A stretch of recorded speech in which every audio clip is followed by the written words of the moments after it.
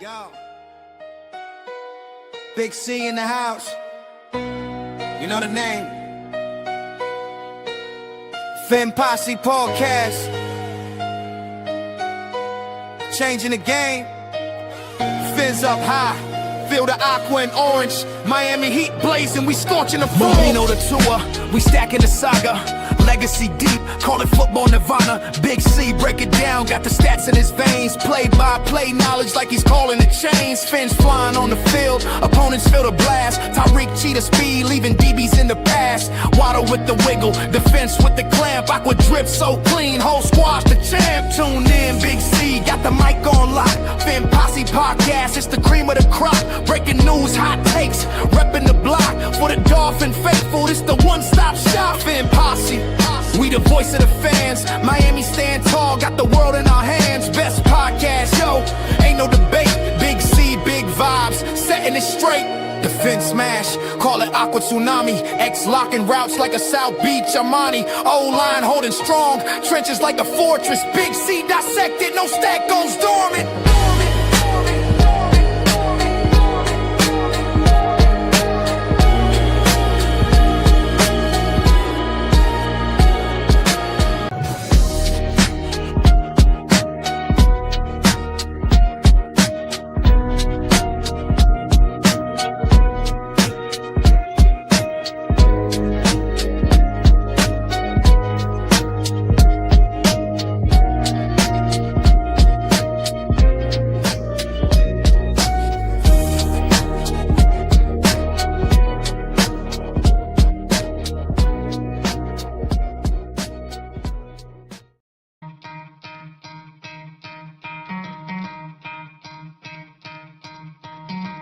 Try to play, but you're never gonna beat me. Look the other way, what I'm doing ain't easy. Bloody hands stained from the people who deceive me. Muddy hands break through the chains, go free me. Looking for change, looking for pain. Pulling a mob, pushing a train. I'll never stop, stick to a lane. Pick up the pieces and go rearrange. I'll be the best above all the rest, put me to the test and expect nothing less. You check as I'm chess, what's happening next? Yeah. He got the venom, a tangible weapon, no coming in second. This life is a lesson. He got a new engine from pain, it's a blessing. New focus, no guessing, just what up, Finn fans? Welcome to another episode of the Finn Posse Podcast. I'm your host, Big C. Sorry, I'm running a little late today. Just trying to get these photos uploaded for you all. Not that you all need them. You know what these guys look like, but how is everyone doing? Good morning, good morning, good morning. Good morning, good morning. Can I say that it's been an absolute wild start of the season, right? Teams that you think are going to win have been losing. Obviously the Miami Dolphins haven't had a great start. Well, they've had a horrible start, let's be honest, but I think I know who's going to win a game, and then I'm mind blown that they don't win. Like, there's just been so much. If ever a year I felt like the NFL was wide open for someone to step up and have a real opportunity to win a Super Bowl, this is the year. This is the year. Who has truly been dominant this year in the NFL? Who? Michael, good morning. Marcos, good morning. We definitely need a GM first. We definitely do. Bonnie, good morning. Miller, good morning.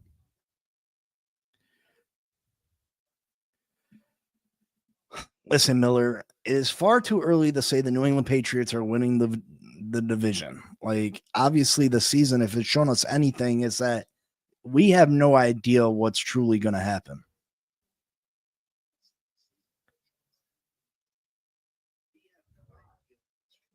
There's so much that is just mind-blowing. Like, I didn't think, I had mentioned at the beginning of the season, these are the games that I felt like the Buffalo Bills could, lose. I didn't think they were going to lose them, but I didn't think Buffalo was truly going to lose to Atlanta. But this Buffalo Bills defense is not good. This Buffalo Bills defense is definitely not good. How much did Bijan Robinson run for? What, he had 170 plus yards and a tutty, another 6-7 catches. Drake London catching balls all over the field. The Ravens, look at the Ravens. I thought they would have been the best team in the AFC. Baltimore, Cincinnati, Kansas City is hit or miss. Some weeks Kansas City looks like the best team in the NFL. Some weeks they don't look like they're going to make the playoffs. The Chargers, they started off strong, had some hiccups, barely beat the Miami Dolphins. Even the Pittsburgh Steelers, who have only one loss, they've struggled against the Jets. They could have definitely be sitting with a couple more losses. The Colts had a tough game this past weekend in a game that I thought that they were going to run away with. So in the NFC, you got Washington losing games. You got Philadelphia losing games. The Rams have lost to San Francisco. Detroit loses to Kansas City in a game that I thought that they was going to definitely win. So, this season is wide open. Who's going to step up and take it? Who's going to step up and take it? And it sucks at a season that's wide open. And of course, the Miami Dolphins are nowhere even close to being able to sniff the playoffs. Right? Why couldn't this be like this even last year or in 2022 or 2023? Why couldn't it be wide open like this then? I wouldn't be surprised if Bijan Robinson runs for 300 yards, man. Whoever's got Bijan Robinson and in fantasy, that's going to be a good 2 week span for him because, you just went to one of the worst rush defenses in the NFL. Now you get to play Miami, who has the absolute worst rush defense in the NFL. So it's definitely been a strange year of unpredictability, right? But yeah, I wanted to talk a little bit about head coaching options for the Miami Dolphins, realistic ones, maybe long shots. I don't know who the Miami Dolphins are going to end up hiring as their next head coach. I do think Mike McDaniel is going to be the fall guy for the Miami Dolphins. Whether it's justified or not, I'll let you make up your own mind about that. I think Mike McDaniel's done some positive things here for the Miami Dolphins. He's also done some negative things. Obviously, typically you replace the general manager first, and I absolutely believe that that's the bigger need for this football team right now. But again, I don't feel confident that Chris Grier is going to lose his job. I don't have the confidence that Chris Grier is going to lose his job. Make sure you hit that like button. Subscribe if you're not subscribed. Notifications. Sometimes I'm running late. Sometimes I got work. So sometimes it's not right on schedule. Make sure you hit all those buttons for me, please. And thank you. So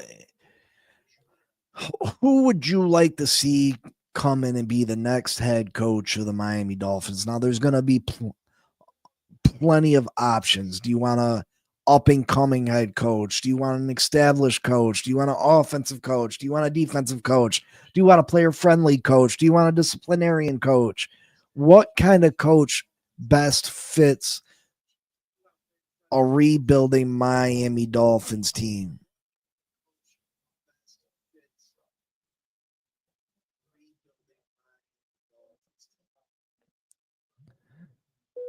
What coach best fits a rebuilding Miami Dolphins team? Well, I think we need to take a look at what players are going to be here for sure. I think Patrick Paul is your building block. Devon Achane, he's your most valuable trade asset at this moment, I believe. I'm hearing rumblings about Jalen Waddle possibly being a trade option. I'm hearing the New York Giants are interested in Jalen Waddle. I'd absolutely explore that. I take some criticism because I don't see Jalen Waddle as a true number one receiver. listen, I think Jalen Waddle's got talent, right? I think he's a hell of a number 2 receiver. I don't see him in the Justin Jefferson or the Jamar Chase. I don't see him in that light. So if you're able to, he's going to be getting up there in age. He's constantly getting dinged up. It seems like every catch he makes, he's coming off the field limping. I just think if you're able to get something of value in terms of draft picks, I think you do it. He's got an expensive contract. He's going to be getting up there in age by the time we're ready to compete. I think you move on from Jalen Waddle if the price is right.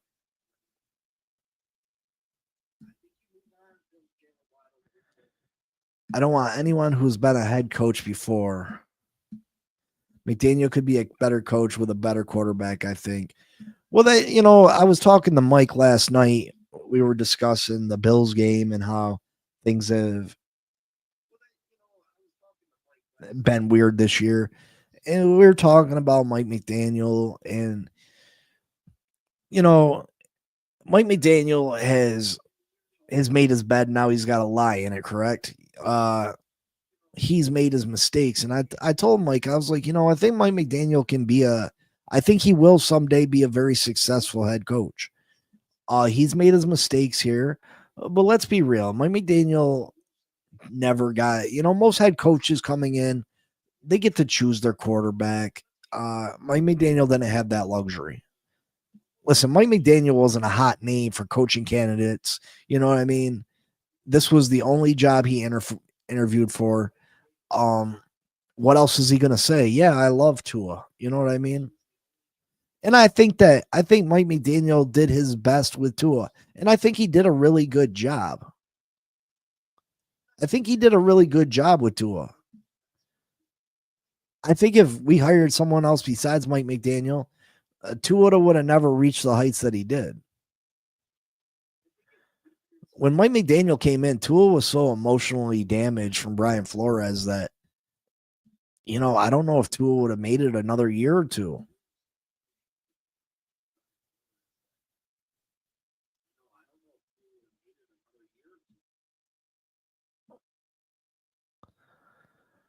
So there's a,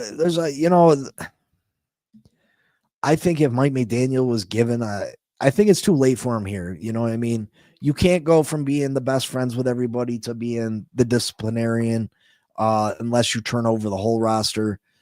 I just think too much damage has been done here. But I think he will end up being a good head coach. I do. As far as me, what I would like to see in our next head coach, I do want someone with some experience, a proven track record. I want someone that has won in this league before. I don't want someone that we have no idea if they're even up for the job, right? You get a lot of these guys in here that have never been head coaches before, and they're just lost. The job is too big for them. I want a head coach that knows how to delegate responsibilities to his coordinators. I don't want a head coach that's calling plays on defense or calling plays on offense. That takes up too much of your time away from actually being the head coach. Mike McDaniel's so wrapped up in the offense that he has no idea what's going on with the rest of the team like he should.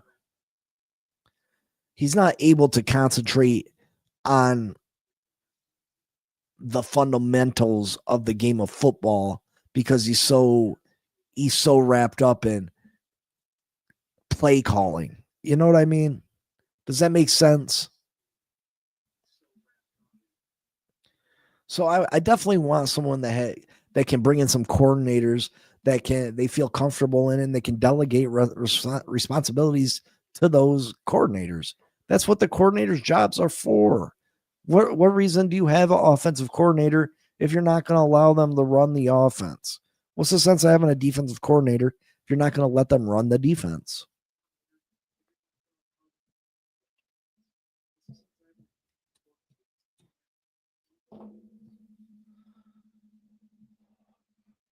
Now I got a bunch of names here.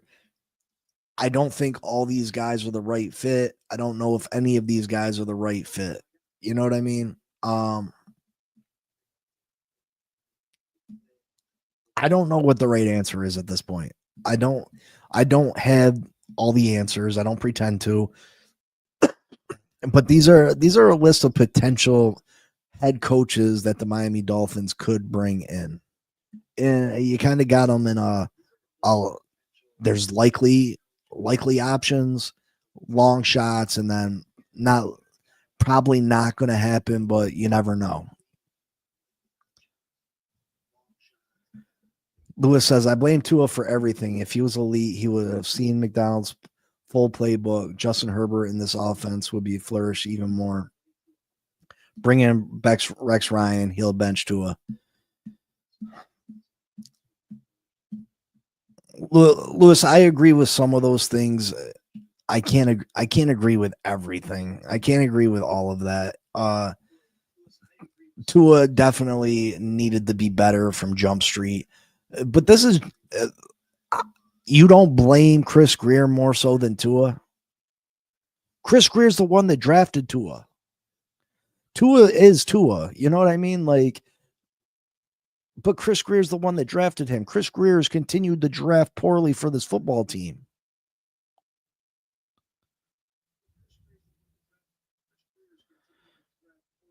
I mean, we've seen Justin Herbert behind a bad offensive line, and he hasn't looked great neither.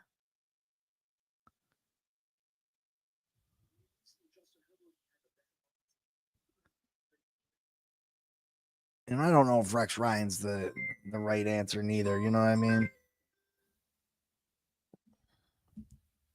But maybe he is. Maybe he is. I don't have all the answers. I know one thing. I know a few things. First and foremost, Tua Tagovailoa does need to be replaced 100%. 100%. He has regressed this year. And even before this year started, I said he needed to be replaced because he couldn't stay healthy. He can't win in big moments. He needs to be replaced.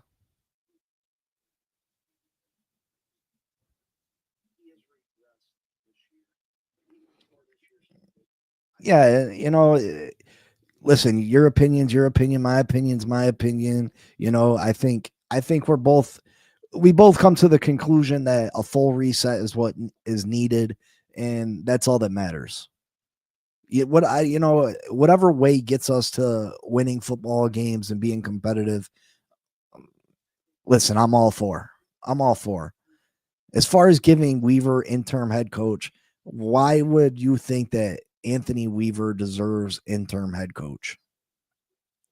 I'd rather rock out with Mike McDaniel for the rest of the season than to give Anthony Weaver anything. This defense has been horrendous this year.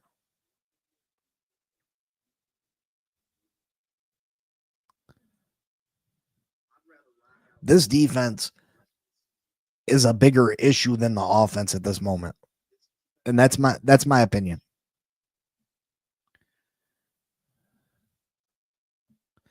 If Phillips makes tackle, we're talking a whole different story. I don't know if we are, Aqua. I don't know if we are. Does winning that game against the Chargers really change things? I don't think it does. I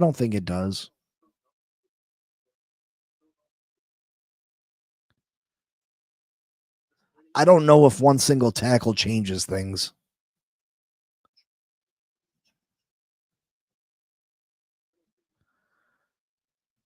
But to be fair, no money was put on defense. Again, that's on the general manager, right?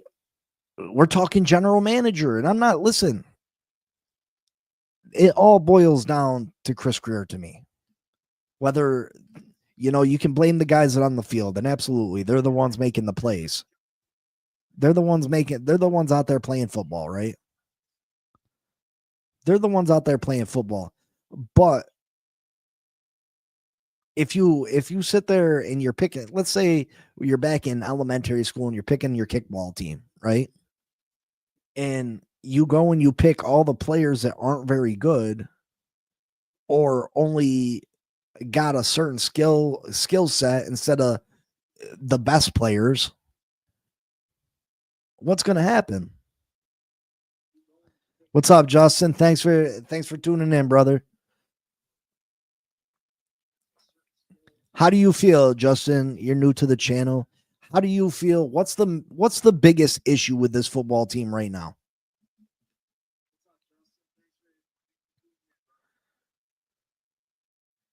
And Lewis, I don't know if you're still here, but what other major sports franchise in the 4 major sports in North America, what other franchise allows the general manager to be there for 10 years, have multiple rebuilds, no playoff success, multiple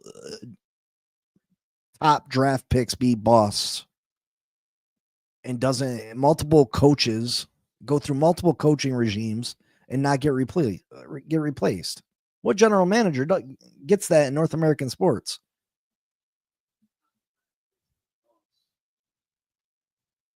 How many coaches is this going to be for Chris Grier? How many draft picks is Chris Grier just absolutely blown? Like, I went through the list of best draft picks by Mike McDaniel, or by Chris Grier, my fault. And after the top 5, the list gets so sketchy. It gets so sketchy. And there's been years where you had, the Tua draft, you had 3 first-round picks. And you can't tell me in a 10-year time frame, you don't got more than 5 decent players.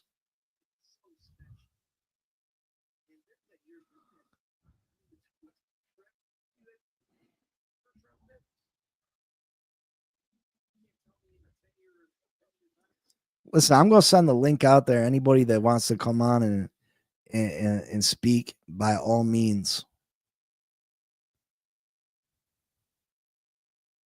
By all means.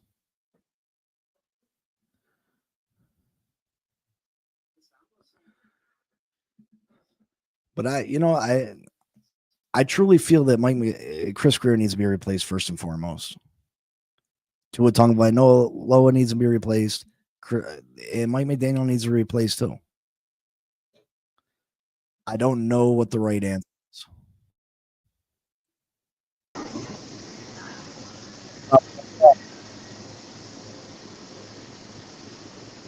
You there? Yeah. I ain't hear you at first.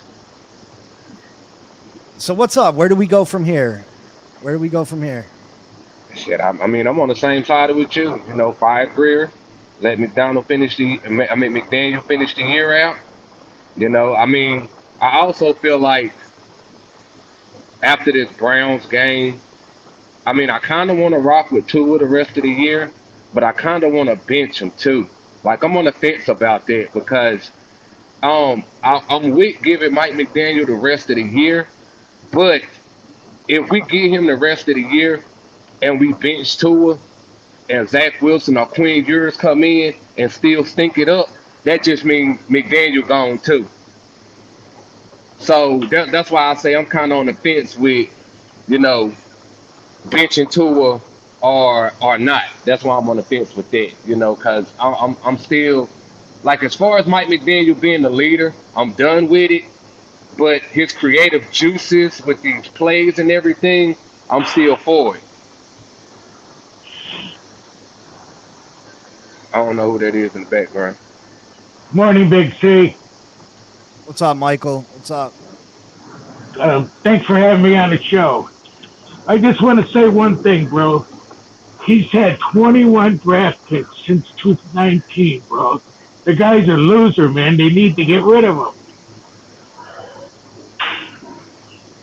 Yeah, but is Stephen Ross going to pull the trigger? Like, I really feel like there's some dirt down there that, Chris Grier has on Stephen Ross, because, like I said, what other major sports franchise in the 4 major North American sports allows a general manager to go this far, this deep into?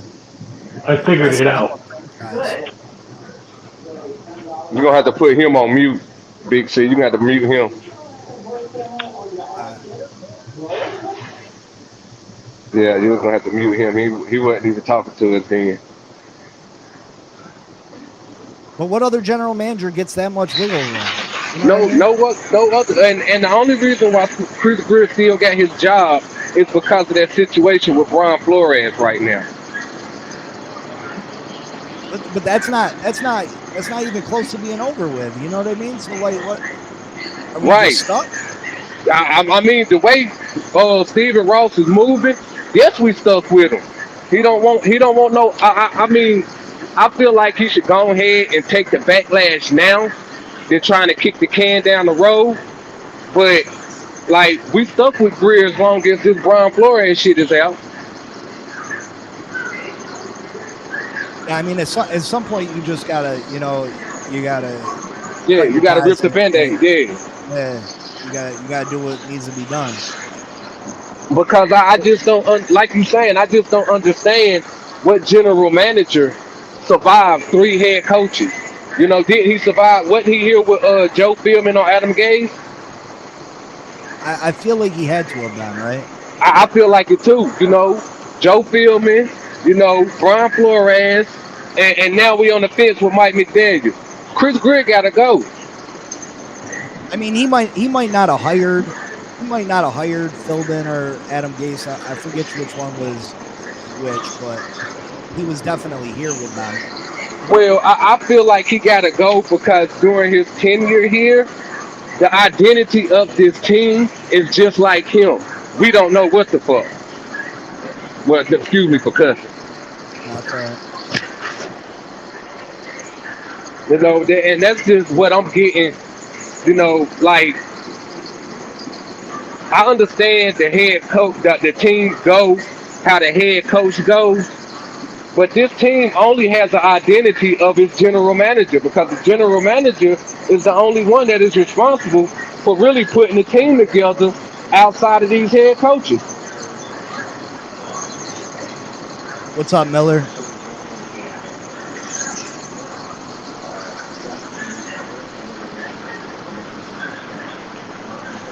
Is that Big C, they got a clean house. what's up? They got a clean house, bro, from top to bottom. Yeah, absolutely. I think it's that time. I just don't have the confidence that Chris Greer is willing to, or Stephen Ross, my fault, is willing to do it. Well, they don't have no. Even now, there's reports that they're interested in replacing the coach, but there's no talk of replacing the general manager. Yeah, and just replacing the coach without the general manager, we kicking ourselves. We putting ourselves in the same pot as always.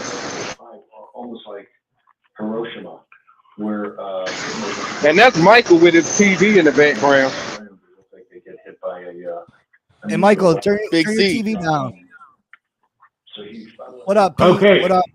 I did. Why are you putting this season on the defense more than the offense? I gotta know.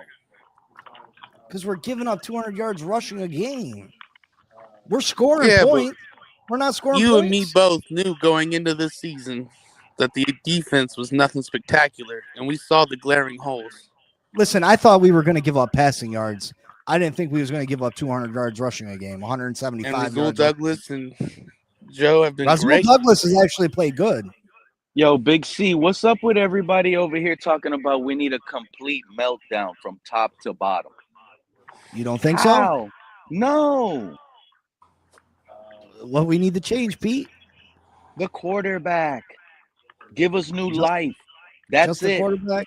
Just the quarterback. Pete. Let Greer cook. Let McDaniel cook with a new guy with no stress over his shoulders. What Greer You put cooking? Mahomes behind Jonah, he's still gonna get hit. No one's surviving behind Jonah. The most hit quarterback in the NFL is Justin Herbert, dude.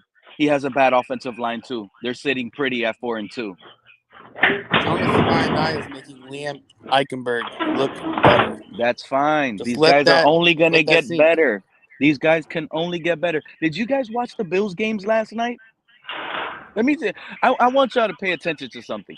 Last night, I'm watching the Bills game. All they're doing during the game is praising the offensive line of the Bills.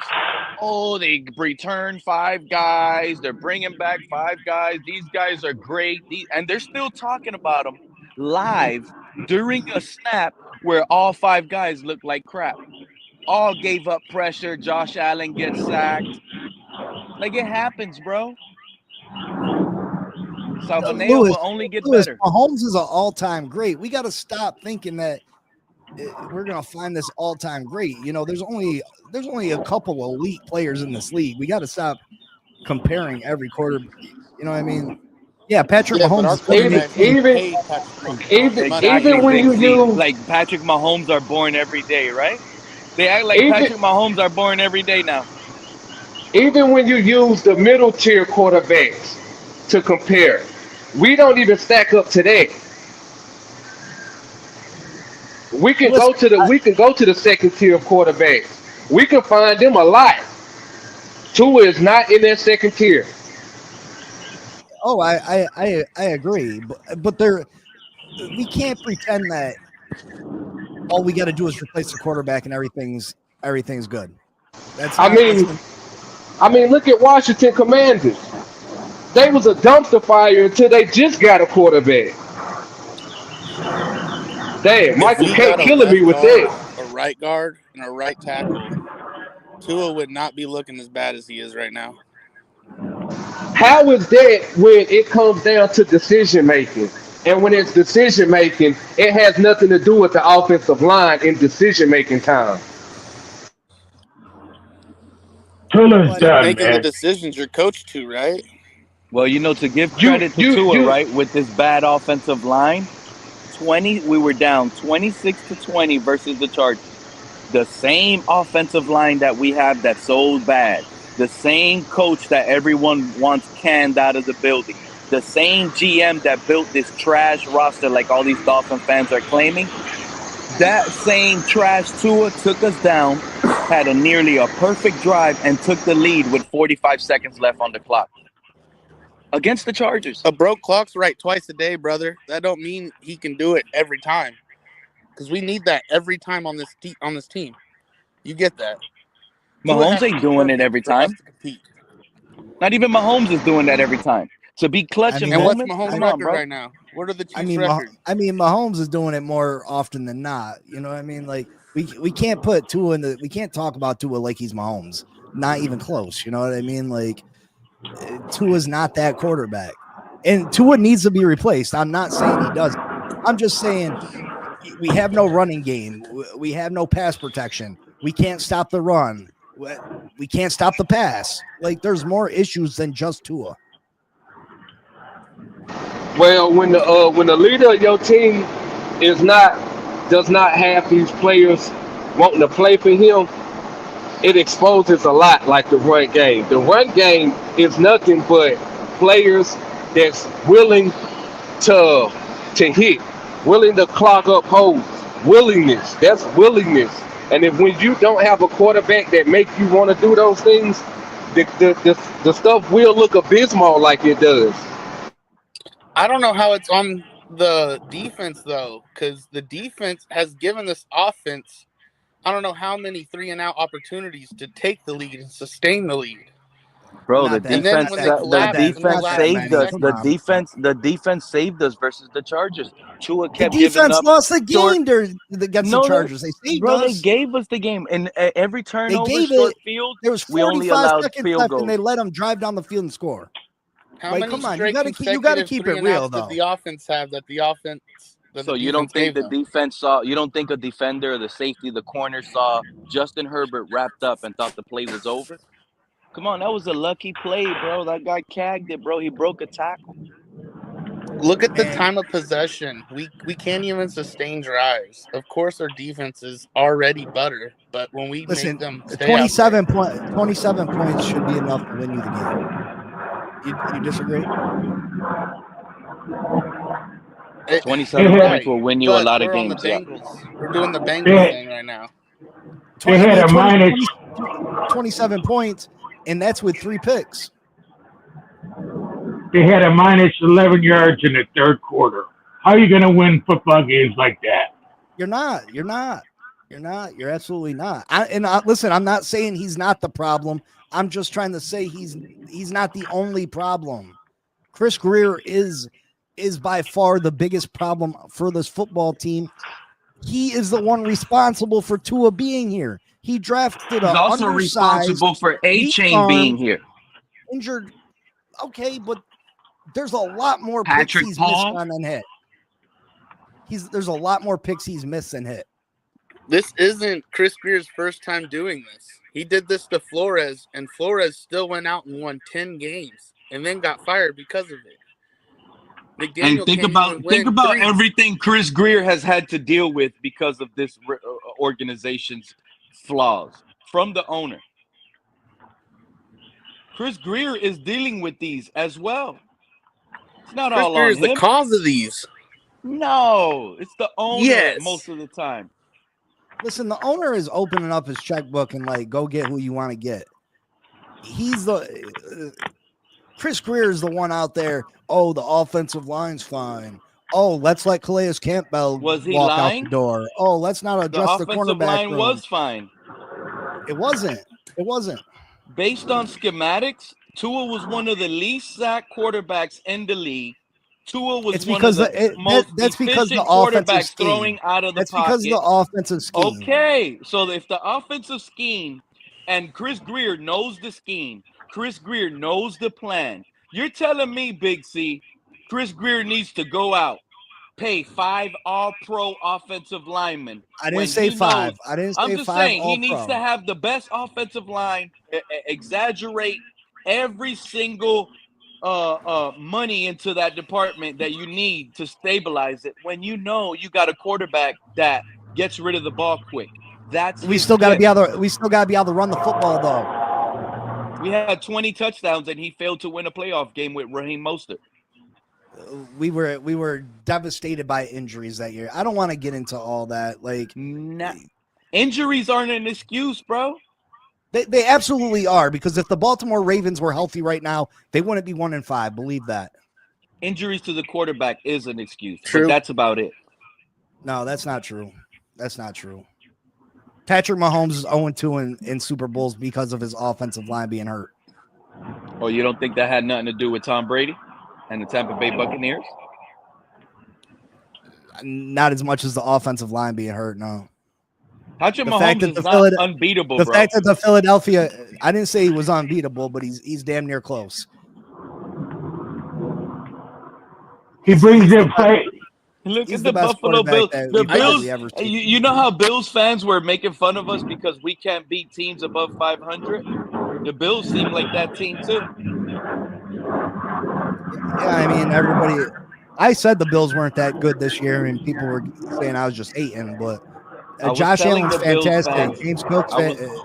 James Cook's very good, but you don't give Josh Allen Patriots, any receiving weapons. You don't give them their rush defense is absolutely horrid too. If we make a switch to Zach and we go on a winning run on these beatable games, these upcoming games, for example, we switch to Zach. We beat the Browns. We beat the Falcons. We beat the Ravens. And we beat the Bills. You think Zach Wilson's an upgrade over Tua Tagovailoa? You don't think Zach Wilson is an upgrade over Tua Tagovailoa? No. Absolutely not. He's not better than Tua Tagovailoa. Wow. No. What has he done, brother? He has a more talented right arm. Like he can throw the football better than Tua. But upstairs, he don't got it, bro. Wow. He gets sacked more than Zach any Wilson. other You put Zach since Wilson he's been against drafted. that. You put Zach Wilson in, it's a wrap. You have, bro. You don't remember the preseason game? Zach Wilson, 3rd and 18. Think about this play for a second. Wait. No. I'm talking about 3rd preseason, and 18. Listen to me, bro. 3rd and 18. Zach Wilson throws it to Eric Ezukama for a first down on 3rd and 18 with a ball that went to the sticks. Where we get that at with Tua? We're doing trick plays with Waddle to try to get a first down on 3rd and long with Tua, and you're trying to tell me Tua is better than Zach Wilson? That man has Brother, a that's feather arm, bro. preseason. Because he can throw the ball, he got more velocity on his We ball. can Come get the on. ball downfield, heading north, upfield. This side to To side who? So gig gotta Jalen go. Waddle can jump in So the air and catch you're it? telling me you're satisfied with this side to side gig, bro? No, not Did at you all. watch You're any telling of the me training camp? this little gig Tua got going on got you confused where you think Zach can't do this crap? I'm saying Zach Quinn Wilson can't do it. Ewers was beating out Zach Wilson in camp, and the only reason Zach Wilson is still on this team is because he's getting paid $7 million. I'm not gonna argue against Zach Wilson or Quinn Ewers. I like both of those guys. Quinn Ewers is better than Tua, fellas. What's there to like about Zach Wilson? What has he shown you as a pro? Nothing. He showed me that he can make plays happen in a horrible structure with the New York He Jets. showed you one play He won during more preseason games as a Jet starter in one season than Aaron Rodgers did the year they benched him. Yeah, Mac Jones was out there free for the taking, and now look at him in San Francisco. We could have had Mac Jones here. Screw The Mac Jones. It cost me dysfunction from the $1,900. Jets is I only need terrible. him to throw one touchdown. Need a Mac They're Jones not throw gonna- one touchdown for $1,900. They're not going to move on from Tua because he's making too much money. Bottom line, the only way they're going to move on from Tua is if he gets hurt. And I'd How rather is he gonna see start on Sunday, bro? I'd rather After see what Quinn he Ewers. snitched. Yeah, I agree. I like Quinn Ewers too, my guy. But listen, how is Tua going to start on Sunday after these snitching allegations? How? If you want my opinion, I think I this want to is know. Tua's last year, brother. He'll medically retire if he doesn't. He's not going to go to another team. Let me He's going to explain retire a something to you. golfer. To all of the guys out there that are thinking Tua's going to medically retire, if that was something he was willing to do, he would have done it already. He fought against that because the man is chasing the bag. He's going to milk this cow as long as this cow has milk. He's not going to stop unless they take the cow away from him. But let's be realistic. You think Tua's going to finish the season uninjured behind this line? I'm going to tell you one thing straight up. He's going to do everything he can to try. He don't care His about blind mental side is the loss. right side, so of course he might get injured again because Tua wants the season to be over already. That's the initial feeling I get. He just wants the season to be dead. He's I done with don't it. wish ill will on Tua I want it to be Tagovailoa. Let over me at say this that point. first and foremost. I think he will, he's a great person. He doesn't need to get hurt. But he's going to get hurt because we keep throwing him He's out just there with fragile. no protection. And he's already made of glass. What's up, Glenn? What's up, Anthony? he's already fragile, so I wouldn't be surprised if he gets injured. Like You know what? And if he I'm not sustains wishing another injury on the injury, kid, but we already know the kid is very fragile. Like if he gets hit the wrong way or hit directly, he's gonna get a broken rib. He's gonna get another concussion and stuff like that. So I blame Greer because he caved, or I blame Ross for listening to this idiot coach giving Tua this extension. Like a guy like McDaniel doesn't have the cachet to do something like that, and what's his name? And Ross caved to him and gave Tua the extension and stuff like that. Explain that to me. How does a coach who's only been a head coach for 2 or 3 years have that much say? Like I can understand a guy like Harbaugh, the Harbaugh brothers doing this, going over the GM and telling the owner to sign the quarterback to the extension. But McDaniel, who had only been a coach for 3 years, how does he have that much power, like that much cachet to do something like that? Go over the GM's head to convince the owner to sign this kid to an extension. well, you got to give the context to it, really. I mean, you got to understand McDaniel came here, said he was going to fix Tua, and that he could do it with the defensive coordinator they picked for him. He came here, showed that he fixed Tua, had 2023, and we were well on our way. So, I mean, with that context and his proof record at that time, I mean, why not? The man's making gold out of hay. Like he's No, Rip Van but you understand. I understand he with the context that he was brought in here to fix Tua, but I can understand. I'm going to use an example. I can understand a coach like, let's say we had brought in a John Gruden, and he said he could fix Tua.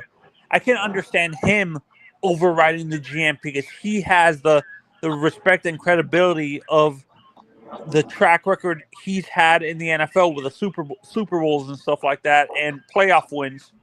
Well, I mean, they were coming off a fairly successful season. They just extended Mike McDaniel, so they probably said that, what are we gonna do? What are we gonna do? I get it. They made the wrong choice. Y'all know who I'm getting tired of, and I've been tired of this player, man. I'm so tired of Waddle, bro, with these drops. Like Coming off the field, stumbling, injured every fucking time he catches the ball. Don't even look as fast as he used to be anymore. It's because he jumps to catch every ball. He jumps to catch every ball. He has to jump because Tua overthrows it. That's not true. That's not true. Out of all the high-paid wide receivers, he's probably dead last. What's up, Glenn? How you doing? Long time no see. Oh yeah, I've been working night shift and stuff. But man, y'all I don't know what y'all watching. This team has nothing to do with anything else. The biggest problem with this team, and it's been from the beginning, is leadership. This team don't know what it's doing. And it don't matter who you have at the thing. If you don't have good leadership, it don't matter if you have Tom Brady. It will fail. And when you I disagree with that. Some of y'all guys, do you agree when feelings. Do you guys agree with this? That it seems like we have we have financial people getting involved, like the two guys who deal with the contracts and stuff like that. What's his name? The Garfinkel and the other guy, Brandon Shore. It seems like those guys are telling the GM and the guys who know. Well, I don't say Greer knows about football, but guys like who have success building winning teams and stuff like that, telling them who to draft and stuff like that is the issue with this team. Those guys should be far away from the scouting department. No, Chris Greer's drafting who Chris. Am I going crazy? Chris Greer's drafting who Chris Greer wants. There's reports out there that the year that we drafted Minkah Fitzpatrick, that Stephen Ross wanted Lamar Jackson, and Chris Greer laid down straight up, no, we're taking Minkah. Yeah, like you got the owner of the team sitting in there like, I want Lamar Jackson, and he was like, no, we're taking Minkah. You hired me as general manager, let me be general manager. So yeah, because didn't he threaten Ross, if you hire Lamar, just fire me? I don't know. That's what they should have did. This is coming from Joe Rose. He actually reported it, like him and Omar reported it after that draft that Greer threatened Ross, fire me. If you're going to draft Lamar over Mika at number 12, fire me. I'm like, yo, you know what I just thought about right now, Big C? What's up? If Waddle makes that catch, we chew off 40 seconds off the clock. Guaranteed. We lost because of Waddle, bro. Not only did we lose because we lost because of Waddle, bro. We lost because of Waddle. The defense couldn't stop him, bro. This man Waddle needs to be traded for a second. immediately. Get him off this team while we can. To say we're going to create cap space. Bro, I promise y'all, where's Malik? Malik Washington can do what Waddle does. We just need a better 1A wide receiver. No, Waddle's I think borderline at we a need to C. draft Jordan Waddle Tyson. is borderline a C receiver, bro. This guy's on the average, soon to be below average if he keeps it up with the drops. I don't disagree. And what makes it worse, he's on a high contract. A real high contract. Yeah, we overpaid him because we want to make Tua comfortable. That's the issue. The quarterback is the issue where we overpaid receivers. We overpaid a receiver that really doesn't deserve that contract, really. Again, Waddle should not have been here. It's a Chris Greer issue. Chris Greer should have just sat on his ass and drafted Jamar Chase at number 3. He was thinking only for Tua. That's what happens. That's exactly what he gets. If we draft Chase at 3, if we draft Chase at 3, there's no need to trade for Tyreek Hill. Facts. And then we have all those draft picks. Yep. Can you guys hear me? and honestly, this is why I'm honestly thinking we're gonna draft Jordan Tyson, the kid from Arizona State, at number 4, wherever we're gonna be drafting in the top 10 and stuff like that. I think we're gonna trade out of the first round. We're gonna trade back and accumulate picks for next season in 2027. 2026 is the rebuild capital year. Listen, if Chris Greer's still here, it doesn't matter. It doesn't matter. Yeah, no, I don't believe any of these reports that we might go Ross into is this get fired. draft with no They just first round signed him to draft an pick. extension. You really think he's going to fire him? Can you guys hear me? The bottom line is the defense is pitiful. That's the bottom line. They can't stop nobody. How are you going to win games like that? That's clueless Weaver's fault, bro. Why we got Jalen Phillips covering? He don't have the players, bro. First of all, like this is what makes me mad. Actually, we blame the defense, but the offense has been inept the whole season. What do you? So hasn't the defense? So hasn't the defense? We gave up. What was it? 2 games without a punt. Damn near. Come on. But hey, Big C, let's go before we got on the defense. Before we get into defense, every game,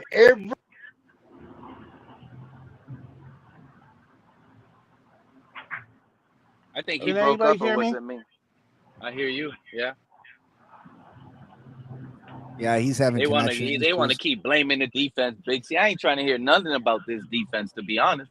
I Come just told on, y'all. bro. Waddle lost us the game, bro. If Waddle makes Listen, that catch, he takes 40 seconds off the clock. That's all Josh Allen has. And maybe so. Maybe you're right. But listen, and if you've seen a Cincinnati team last year with an explosive offense and the defense was straight garbage, and they were still unable to win. It would be the same thing here. It's the same thing here. This defense is just as much the issue, if not a bigger issue, at this very moment than the offense. Yeah. No, and Big C, can you explain to me? This is what these Mike Daniel defenders that I can't stand. They criticize Flores for going through like 4 or 5 offensive coordinators. Hasn't McDaniel gone through the same amount of DCs almost since he began with the Dolphins? Well, I mean, that's not his fault. The first general manager was pressed. Our first defensive coordinator was pressed upon him. He didn't want him here. The next one was what's his face that went to the Eagles. He didn't want to be here at all. He just wanted to be in Philadelphia. So, I mean, you can't blame that on Mike McDaniel. I know that, but people criticize. I understand it's not his fault that he was forced. Boyer was forced upon him, and Fangio didn't want to be here. But what I'm saying is, I find it hypocritical that people that defend him, they overlook that he's been close to the same through the same amount of DCs that Flores has been with. Like, this is what makes me mad. there's a double standard. They defend this guy, but they criticize Flores for being through the same amount of offensive coordinators. Like, it's hypocritical to me. You agree? Yeah, I don't know. Who's got the where dog? Flores messed up was had that dual offensive coordinators at two at the same time. Because some crazy stuff like that. That's what his problem was. But you understand, Dean. You understand what I'm saying. Do you agree? But this team right here, that's Flores. Flores was what he did. But the problem with this team is everybody. It's every damn team on the team. It's special teams, defense, offense, coach. It's everything. How can you fix everything? The players don't listen at all to McDaniel. Like, they walk over. I don't think the players are listening to him. Like, they already tuned the guy. He took too long to set rules and boundaries that right now it feels like the players are not like taking him seriously when he's trying to be a disciplinarian. Listen, this is strictly a lack of talent in key areas. It's not players not listening. It's not that.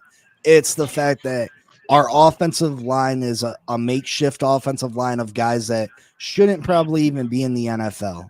Larry Borum should not be in the NFL probably. Strange is a late round draft pick that should nowhere be near the starting lineup. Jonah should not be starting right now. Defensively, we don't think Patrick should be starting? Zach Sealer shouldn't.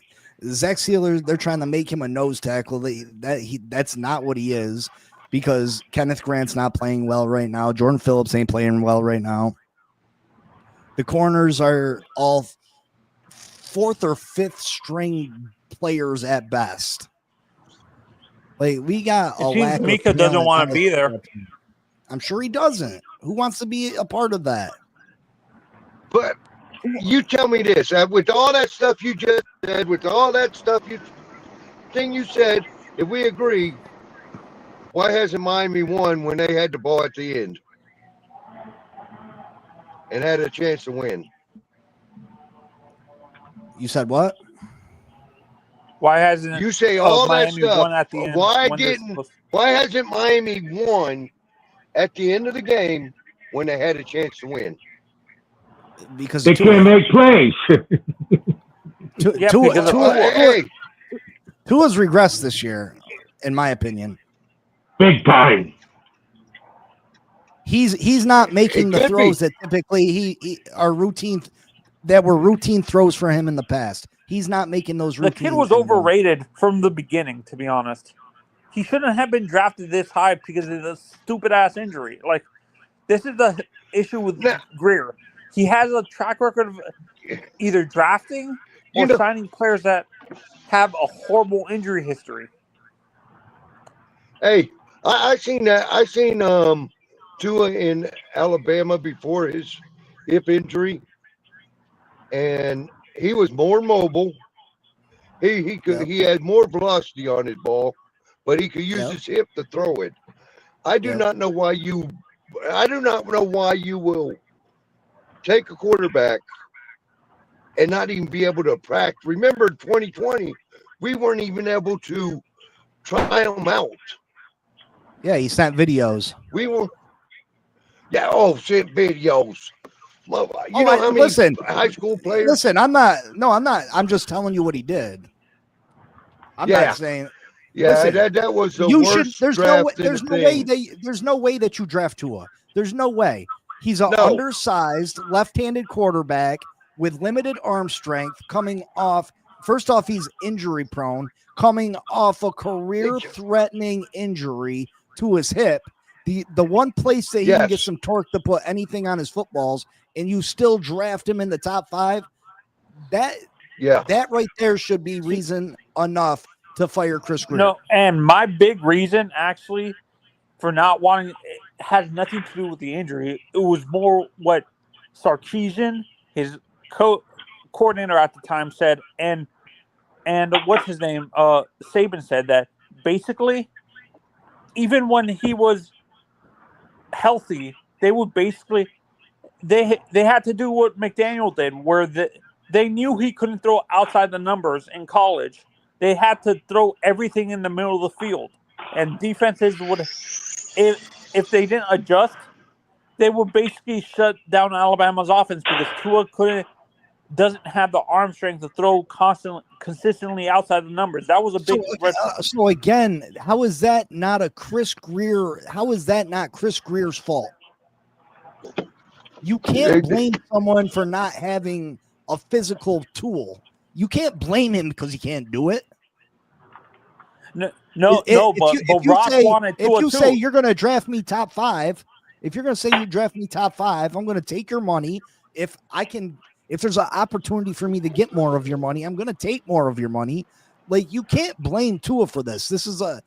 I'm not blaming Tua, but lots of times we do instead of Tua's the problem, not Chris Grier, not anybody else. Chris Grier, Ross wanted this kid. Ross was the one, like Ross. Well, Ross wanted Lamar Jackson too, and we didn't get Lamar Jackson, right? Yeah, but I can't believe I'm saying this. I feel that Ross and Grier caved to this tank for Tua BS campaign. To be honest, like they caved to a certain fan base that wasn't even Dolphins fans to begin with. Like they were Alabama and Tua fans from the start. Listen, we can't take that back. It does us no good to talk about it. The key is, how do we come back from all of this? Tua still's got a lot of money owed to him. Chris Grier, is he going to get fired? Is he not going to get fired? No, he's getting promoted. I keep on hearing Joe Rose and Big O say he's getting promoted, and he's going to still be in the front office. As long as he's not drafting players for this football team or making player decisions for this football team, I don't give a shit if Stephen Ross makes him his vice president of any whatever. As long as they're he's not saying making he's promoted to decisions head of football operations. Well, then the overall football operations department. Then we're probably in trouble for years to come. I want Louis Riddick for GM. That's who I want. Louis Riddick for GM. What are they going to do against Cleveland Sunday? That defensive line's going to eat Tula up. It might put him out of his misery, bro. And Big C, I have a question.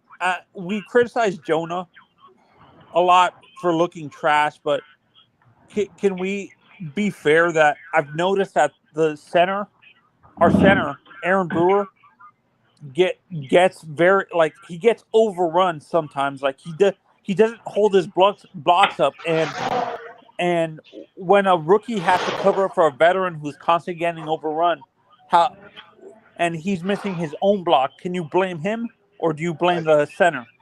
Well, they act like Aaron Brewer is playing decent football this year. I mean, they should have put Juna at right guard. That's what the mistake they made. He played that in college. Why you put him in the left guard? That's stupidity. We didn't have a left guard. Like Jonah was gonna have his problems. A rookie is a rookie. I think the offensive line in general is the hardest position to develop. Like, because everybody expects the kid to be a super. Like, since Quentin Nelson got in the league, there's an unrealistic expectation for an interior guy to perform at that level. I'm not saying just us, but fans in general have this unrealistic expectation in their head that everybody's going to be a Quentin Nelson, and Quentin is a generational talent at the guard position.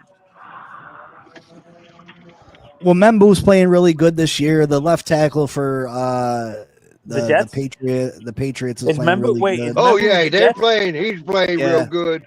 He ain't playing no good. Their whole offensive line is trash. Who, Membu for the Jets? All of them are. Membu's playing good football. Well, no, there ain't one offensive lineman this year that has really stood out and done something like the Detroit Lions one when ALOT, is it? Nah, the left tackle for the Patriots is playing. He's the top rated tackle in football, I think. Yes, but there ain't nobody that did what when Alt was drafted Penei Sewell. before. Is it Maso before Tua or right after Tua or No, it was after Penei Waddle. was in It the was same after draft. Waddle. right after Waddle? Yeah, Penei Yeah, Sewell. now that's the person we should have drafted. We should have drafted Tristan Wirfs at number instead of Waddle. Well, Yeah. Bonnie said Teron Armstead. You know, Teron Armstead wasn't good his rookie year. Patrick Paul wasn't good his rookie year, and now he's looking like he can be a franchise left tackle. So I'm not. Listen, I think Jonah will end up getting it We right. need to be patient. I think the kid's a hard worker. I think he'll end up being a good player. I think Kenneth Grant's going to end up being a good player. You know what I mean? I think Jordan Phillips will end up being a good player. The problem is that we needed these guys to come in and play all pro football from the start, and it wasn't a realistic expectation. You know what I mean? It just wasn't. Would you So guys when they didn't come in and play all pro, we're struggling. I have a question. Would you guys rather draft a quarterback at number? Would you draft like a Spencer Fanu from Utah, or like a tackle at number 4 wherever we're drafting, or do you draft another position like quarterback or like a defensive back like Caleb Downs? Listen, if there's a top 5 quarterback that's worthy of getting drafted and we're in the top 5, you take a quarterback. If there's a quarterback that you feel like is a franchise quarterback, you take that quarterback. You take no, but the issue, the 2 guys that are projected in the top 5 are going to be gone because Cleveland needs a quarterback. And who says we have a better record than Cleveland? We might end up with the worst record in the league. Oh, no. And the Saints are going to be drafting ahead of us. No, they're not. The Saints have looked actually competent. The Saints have actually looked decent. I think the Saints beat us. You think so? With Spencer Rattler? Yes. I actually don't see a win. If we don't win this week, I don't see a win on this list. The problem is with winning, it's just not playing good and stuff like that. It's all the internal commotion that causes problems on your team. And Miami's just too much drama. And when you have all this drama, that's what beats down a team in a year. It's not the offense and defense. It's all the drama in the locker room, in the front office. That's what kills the team. If you look at all the bad teams in the league, it is because they have problems in the front office or in the locker room. That is what causes bad teams. I agree with you, Glenn. I don't think we win 2 more games this year. Sorry to say. It's not our team. It's the drama. It's the confusion. I mean, we see that they're bringing a blitz, and all of a sudden we are talking with 5 guys, and they get. What confuses me is how anybody in that locker room hasn't called out Tua for those comments that he called out the team. Hey, those comments is because of him. They called not a team. They called a players only meeting, and only people that call player only meetings are your leaders. And when players don't show up on time for your players only meeting, that's not on the head coach. That is on the players, and that is on the leaders. And that shows me that not one leader, Tua included, is the reason why these people are not showing up on time. I'm talking about or Tua's even comments. showing to it. I'm talking about Tua's comments. Yeah, what was his comment? That the he players ain't showing up for. Yeah, no. For players people are only showing meetings. up late to the player, and when I That's hear on that, him.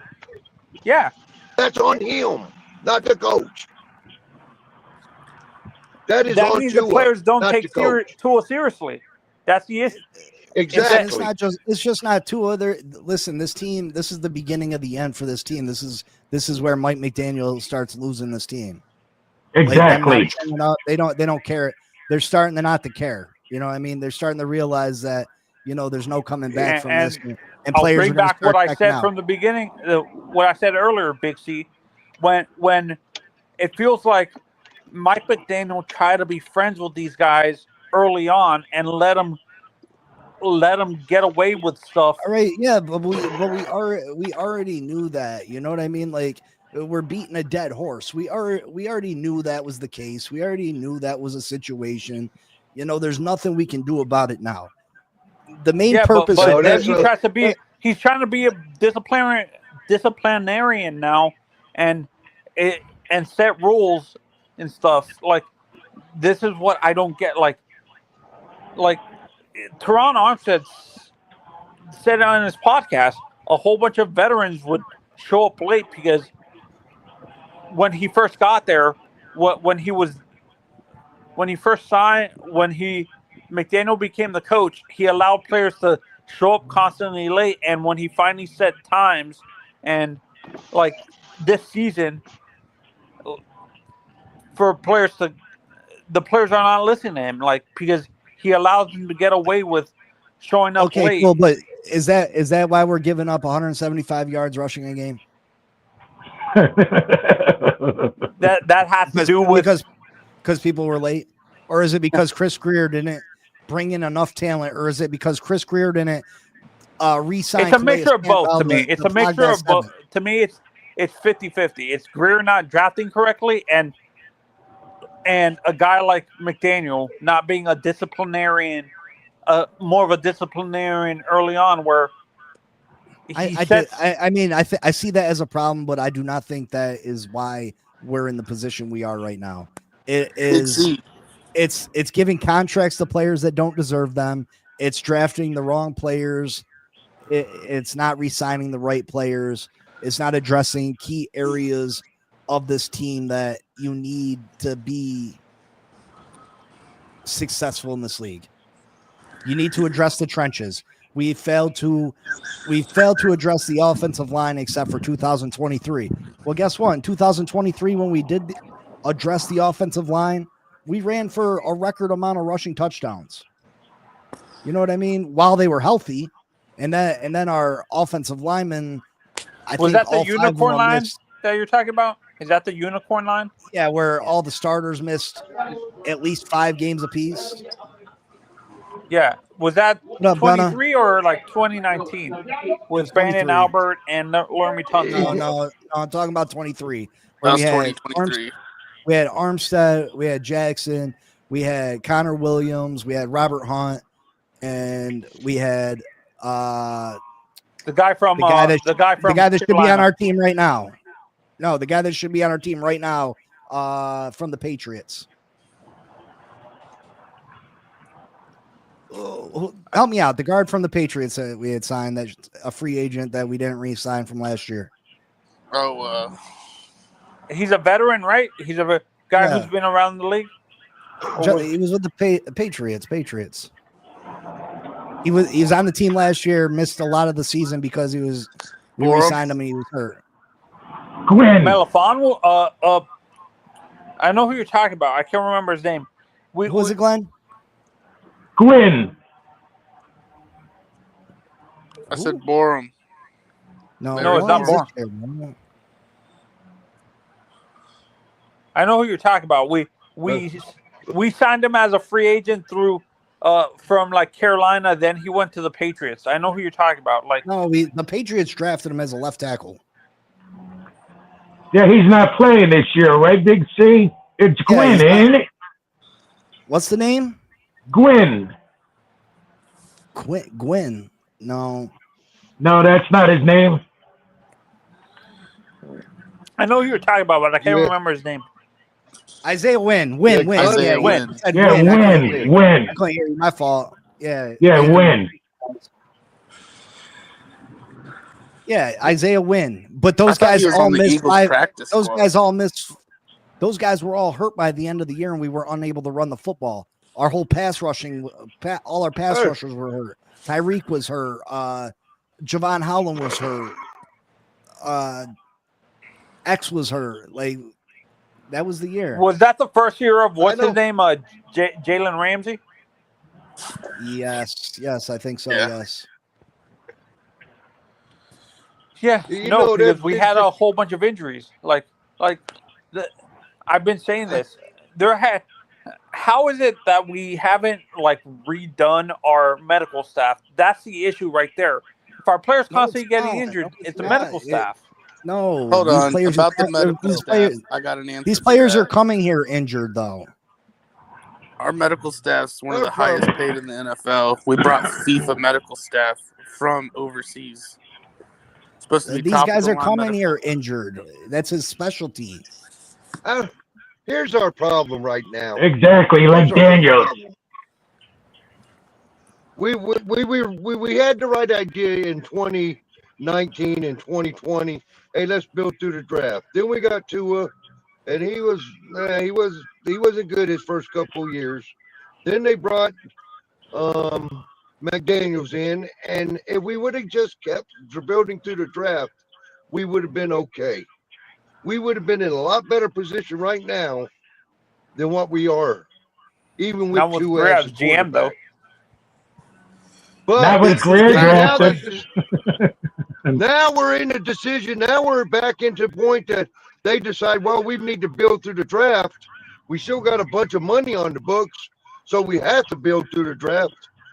And Tua just ain't the quarterback that you need to be when you have to rebuild. That's the problem.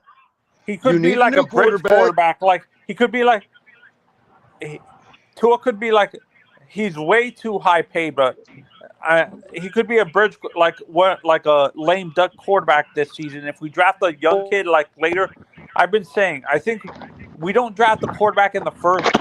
The two guys that we want are going to be gone. No, I think we don't get guys. Ain't no good quarterbacks coming into this draft, man. Like, let's just be honest. Ain't no good. Who's going to be the next franchise quarterback? Fernando Mendoza and Lenore Sellers. Let's say we did. Let's say we continued to build through the draft. You really trust Greer to make them picks because he's the same guy that brought Noah Igbenogany. I'm just coming back. Yeah, hell yeah. All right, I see you. Hello? Go ahead, sorry, guys. We have to build through the draft because if we don't, and we do have to take a quarterback first round. If there's a quarterback that's worth it, take him. Not with Greer drafting. I think it's proven that we don't have to take a quarterback in the first round. You're still throwing. I mean, Bo Nix was going to slide. In the draft, you're still throwing dice. You still have to draft them, even if Greer. I don't care who you are. You keep drafting, and you keep drafting, and you keep drafting until you get it right.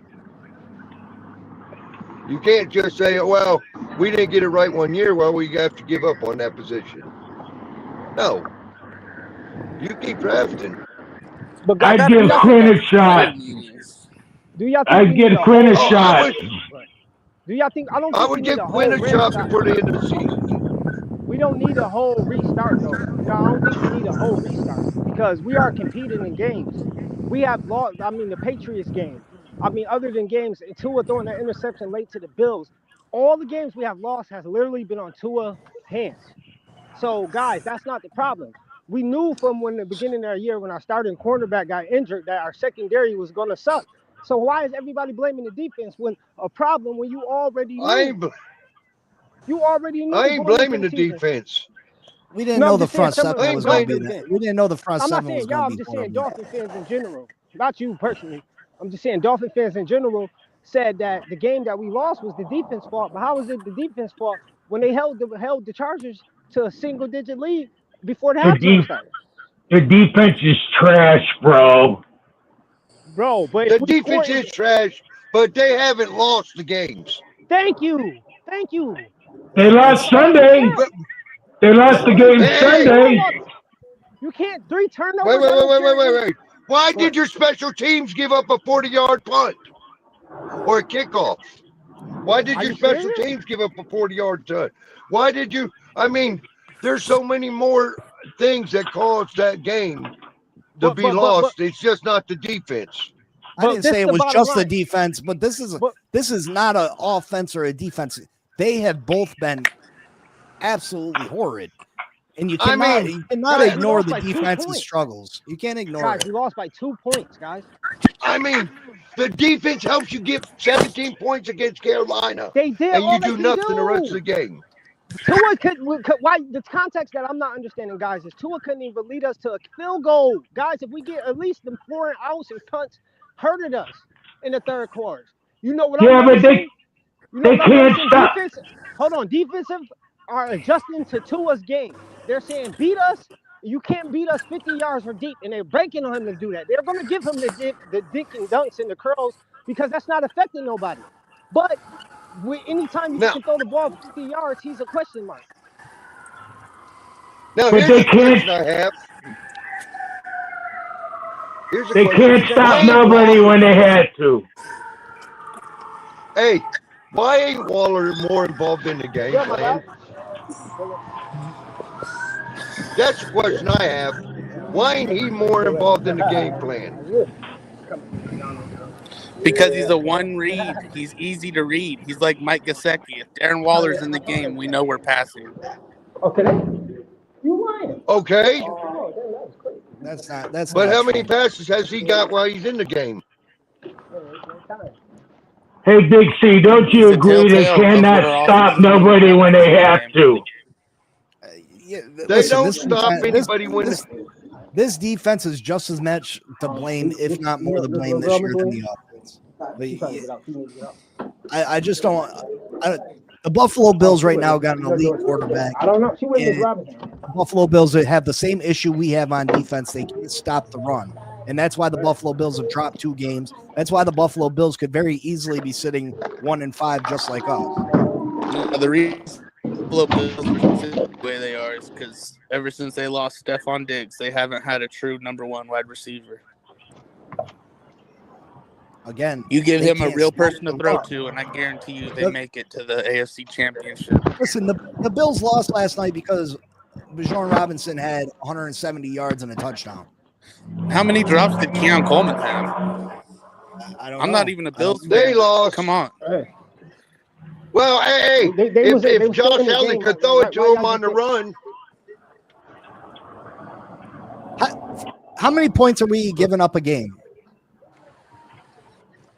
We're giving up 30 points a game. Like how many teams in the NFL are scoring 30 points a game right now? Same as the Cowboys. A lot. You're not wrong there. Same as the Cowboys. So what are you saying? The same as the Cowboys, guys. We are being a little too hard on our team, guys. Guys, we need a quarterback. That's just it, guys. We do. We absolutely do. We need a quarterback. We need an offensive line. We need a defensive line. But that's second. That's plan B. That's plan B though. Plan A is a quarterback though. You have to have some type of quarterback. The problem is we tried to build around Tua, and you can't build around Tua as you see. You can't. It's only certain minutes that you can hide them. A lot of people, analysts say, "Hey, in cold weather, Miami sucks." No, when you adjust to Tua, Miami sucks.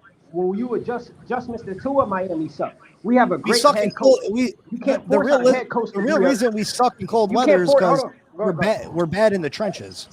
And in cold weather, what do you got to do? You got to run the football and stop the run. Right, and we can't. They were a quarterback away. Look at what Justin and if Fields you don't have an arm, he's played for the Jets. I don't care about him. I'm saying basically I'm a Dolphins fan. So all I'm saying is basically like Tua is basically leading us, heading us back. That's been our goal because look at y'all not taking the context. We have been in every game. If Tua don't throw that late interception against a rivalry Bills, do we win that game or at least go to overtime, guys? That hurted us, guys. Are you serious? That late interception he threw? I mean, realistically, we should have been going for the win right then, if it wasn't for the special teams. The special teams. But no, listen, that loss was on the Buffalo loss. Absolutely, 100%. That interception on Tua, 100%. That's all I'm saying, bro. What's the other game? Listen, the New England Tua's lost us games this year. Yeah, the New England game. The New England game too. The Carolina game. What happened after halftime when Carolina made adjustments against him? He didn't do nothing. What happened when the Chargers made adjustments against him? He did nothing because teams are going in there and saying, I'm not letting this guy beat me. I'm sorry. We can't even throw past 50 yards. They say it's disrespectful to us if we let this guy beat us. That's how deep defense are taking this guy. And that's not good, bro. Listen, you're right. Tua is a problem. But we cannot ignore the problems with this defense too. This defense is it's probably the worst defense in football.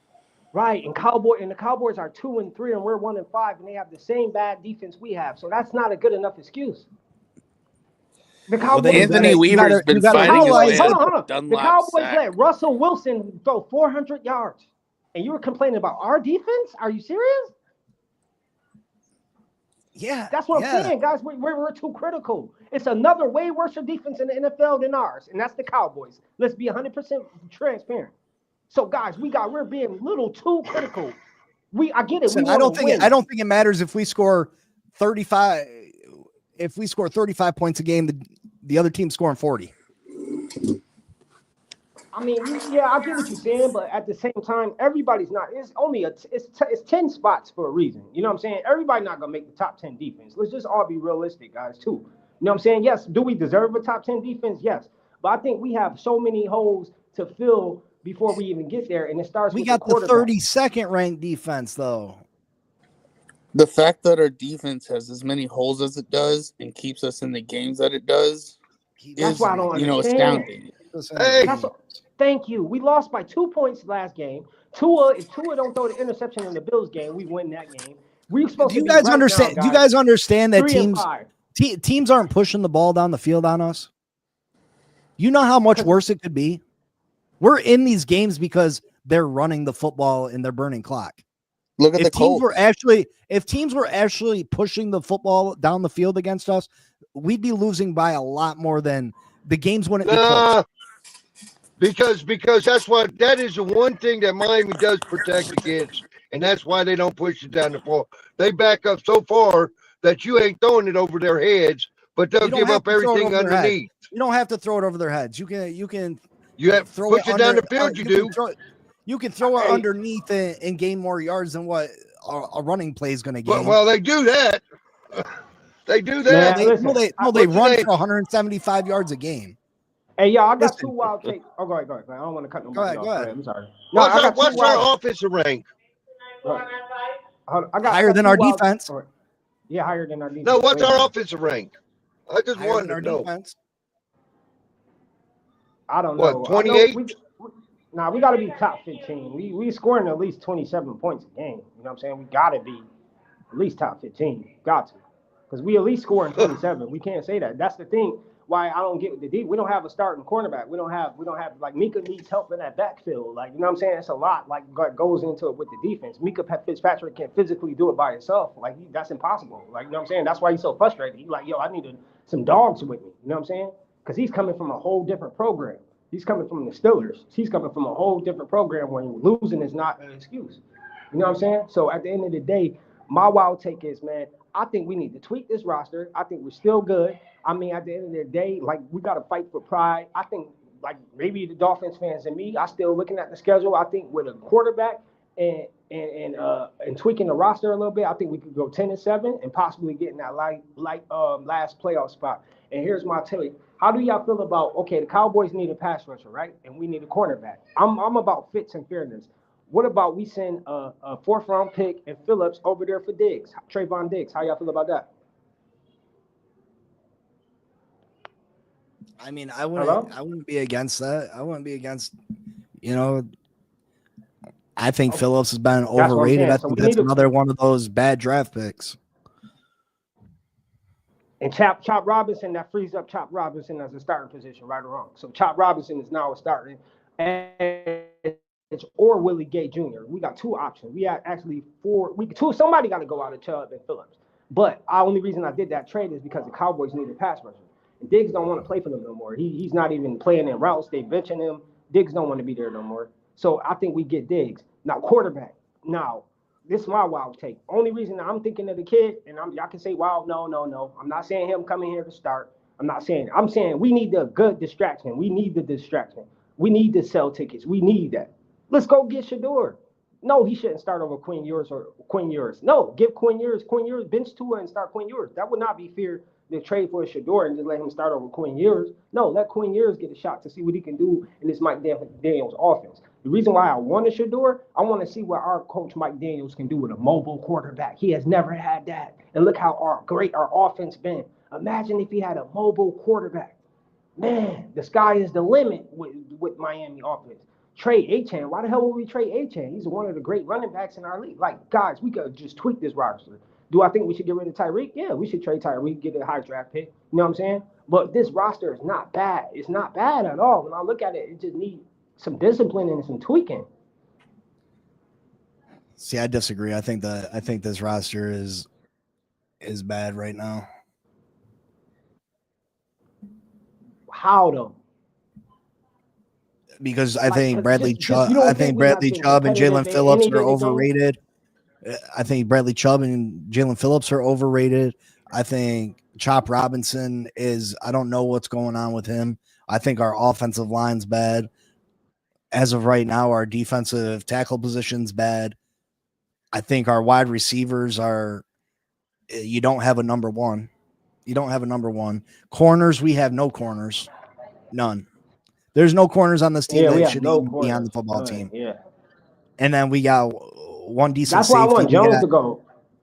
We got linebackers are good at something. We got linebackers that are good at certain things but really bad at other things, right?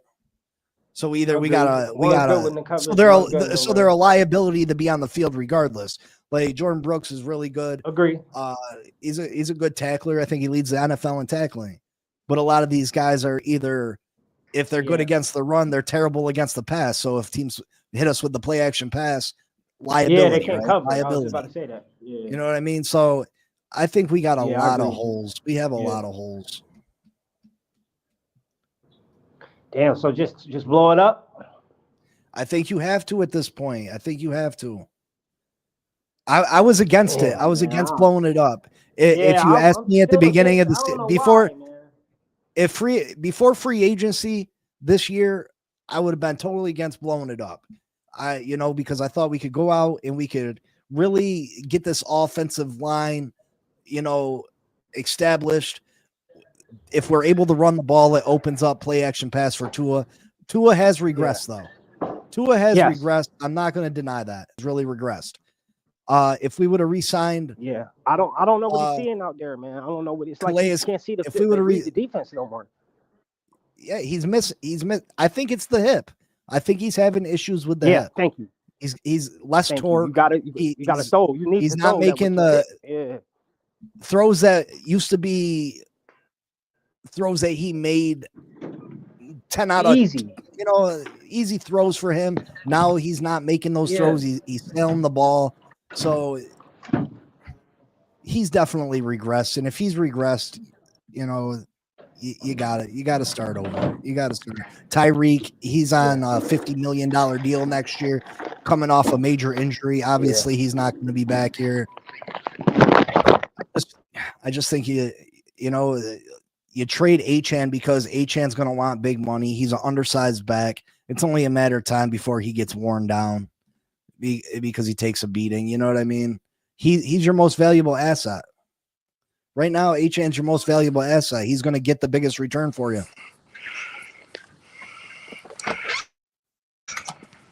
So you hire a general manager and you get as many draft picks as you can, and you just start over. You got to start over.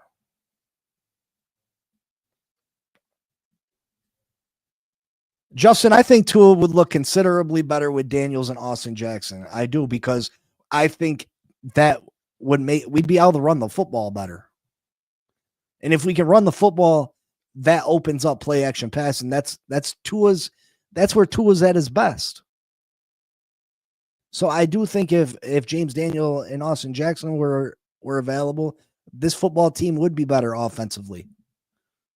But it's still not stopping us from giving up 175 yards rushing a game. Like, you can't tell me that's nearly good enough. Yeah, we're getting some turnovers now, but And I know the defense has given us certain opportunities. The defense, but at the same time, they're giving up too many scoring drives. They're giving up too many long possessions where teams are just able to run from the 2-yard line all the way down to the end zone and get touchdowns. And that's just the facts. Big C, can I ask a quick question? What's up? So we've been hearing about these player meetings and everything. Did you hear about what Grant said last week about how the coaches are going to the player meetings? Yeah, I heard that. I mean, I think it's weird, but I guess the players asked them to come, so that's what I heard. I was wondering. Now this might be like way off base here, but if they're looking to move off of certain players, would it be the players that aren't showing up to the meetings like Tua was talking? Because those coaches would know firsthand who's not really in it. Well, I mean, Tua never said that anybody didn't show up. He said they were late. Not necessarily. No, I don't. Not necessarily. I don't know what this team is going to do if you continue to employ Chris Greer. So, in my opinion, you fire Chris Greer. That's step one. You find your general manager of the future. That's step two. You bring him in. He looks at this roster. He trades everything that he can for draft picks for the future. You sit here and you give Mike McDaniel the rest of the season because, in my opinion, Anthony Weaver, there's no sense of firing Mike McDaniel and giving Anthony Weaver the realm. Anthony Weaver is not the answer. You give Mike McDaniel the rest of the year. You determine whether you want to retain him or not. We forget Mike McDaniel was never given the quarterback of his choosing. Yeah, he talked Tua up. He said he could fix Tua, this, that, and the third. And I think he did fix Tua he fixed a lot of issues with Tua. But dare we say how good Mike McDaniel could look with a quarterback that he chooses and picks? You know what I mean? Right, I get that. So you give Mike McDaniel the rest of the year. Tell the general manager to make your decision.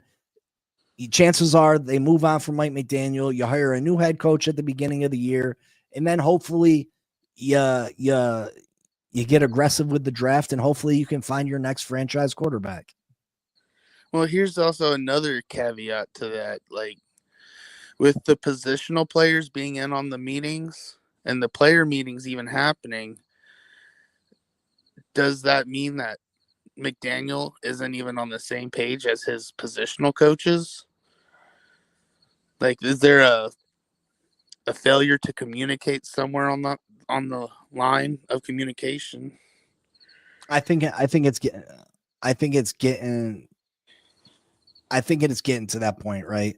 I think the fact it feels that people kind of like mutiny, like a pirate ship. I think it's going to get worse and worse and worse. It's going to continue to grow. This is the first stages of a team that is checking out, right? Players that are not showing up the player only meetings, throwing each other under the bus. That's the first stages of a team that's on the cusp of quitting on their team. Players, Studsville is being one of the Studsville's being one of the positional coaches dragged into the meetings. He has interim head coach. He's been an interim head coach before. So would you not go with the guy that the? No, I'm not firing Mike McDaniel before the end of the year. Just to give the players there's some no hope. need. For what? There's no hope. The hope's over. Yeah, but these are players that are playing for their future. So listen, cool. Then play for your future. It shouldn't matter who the coach is. Play because you're a grown man making millions of dollars. But do we really want to replace the head coach and maybe give these guys a boost so they go out and they win 4 or 5 games and screw us out of a top 10 pick? Well, as a franchise, no. But as a player, as a player, you want to put your best out there. And if the coach is losing games, which I think we're tanking, I mean, you're that's detrimental to the players and their future. They're not tanking is losing on purpose. I feel like we are, dude.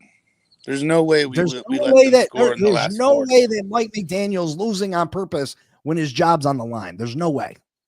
Do you think his job's really on the line, though? Mike McDaniel's, yes, absolutely. He's a scapegoat in all this. I 100% think Mike McDaniel is the scapegoat. But he's going to land somewhere. He's not really too worried about not as a head coach. Somewhere. Not as a head coach. I think you really don't think like the Titans would consider him. They just fired Callahan.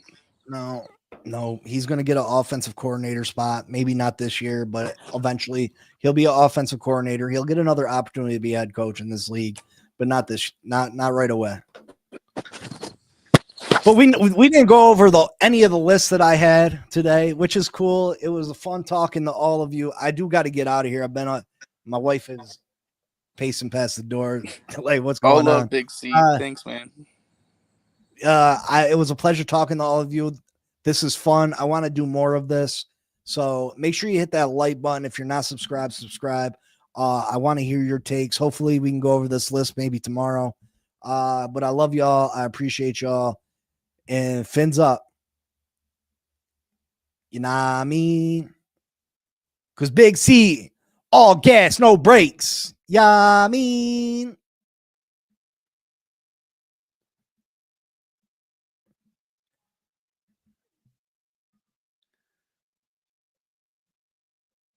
Peace.